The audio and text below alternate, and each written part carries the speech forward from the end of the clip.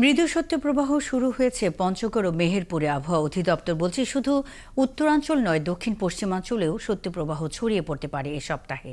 শীতে সবচেয়ে বিপাকে আছেন শ্রমজীবী মানুষ। অন্যদিকে ফসলের ক্ষতি নিয়ে উদ্বিগ্ন কৃষকরা। দেশের সর্বনিম্ন তাপমাত্রা রেকর্ড করা হয়েছে পঞ্চগড়ে 8.4 ডিগ্রি সেলসিয়াস। সহকর্মীদের তথ্য ও ছবিতে প্রতিবেদন। পঞ্চগড়ে এক লাফে তাপমাত্রা 4 ডিগ্রি সেলসিয়াস কমে বইছে মৃদু শৈত্যপ্রবাহ। সূর্যের দেখা মিললেও নেই উত্তাপ, সেই সাথে হিমেল বাতাস। আর এই শীতে দুর্ভোগে পড়েছে নিম্ন আয়ের খেটে খাওয়া মানুষ। মেহেরপুরেও বইছে মৃদু শৈত্যপ্রবাহ, এতে ভাটা পড়ছে স্বাভাবিক কাজকর্ম। তাপমাত্রা ক্রমেই কমতে শুরু করায় শীত তীব্র হয়েছে চুয়াডাঙ্গায়। বৃষ্টির মতো ঝরছে কুয়াশা। এরপরও বসে থাকার উপায় নেই দিন মজুরদের। শীত উপেক্ষা করে কাজে বের হচ্ছেন তারা। প্রচুর শীত, সেই অনুযায়ী আমাদের এই পেশাগত দিক থেকে বরফ আমাদের টানতে হয় এবং আমাদের এটা ক্যারিং করার জন্য প্রস্তুতি থাকতে হয়। শীতে স্থবির জয়পুরহাটের জনজীবন। চরম দুর্ভোগে পড়েছে ছিন্নমূল মানুষ। এছাড়া মাঠে কাজ করতে পারছেন না কৃষকরা।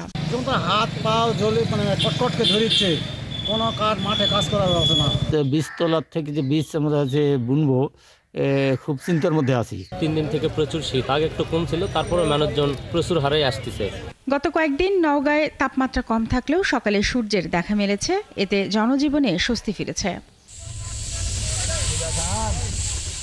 ঘন কুয়াশায় জবুথবু হয়ে পড়েছে কুড়িগ্রামের জনপদ। কুয়াশা ও শীতের তীব্রতায় কৃষি শ্রমিক ও খেটে খাওয়া মানুষ বিপাকে পড়েছে।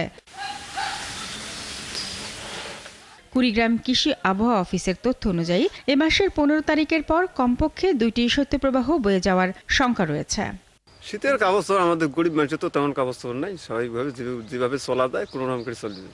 মানুষের আমার কাপড় দিচ্ছে, তা দিয়ে কোনো মতে খালে কাপড় আসল দিয়ে কোনো মতে গাও ঢাকি বেড়াই, তাছাড়া কোনো বুদ্ধি নাই।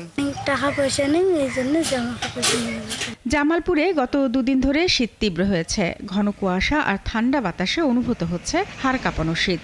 সময় বাড়ার সাথে সাথে সূর্যের দেখা মিললেও শীতের তীব্রতা কমছে না। সবচেয়ে বেশি সমস্যায় পড়েছেন চরাঞ্চলের মানুষ।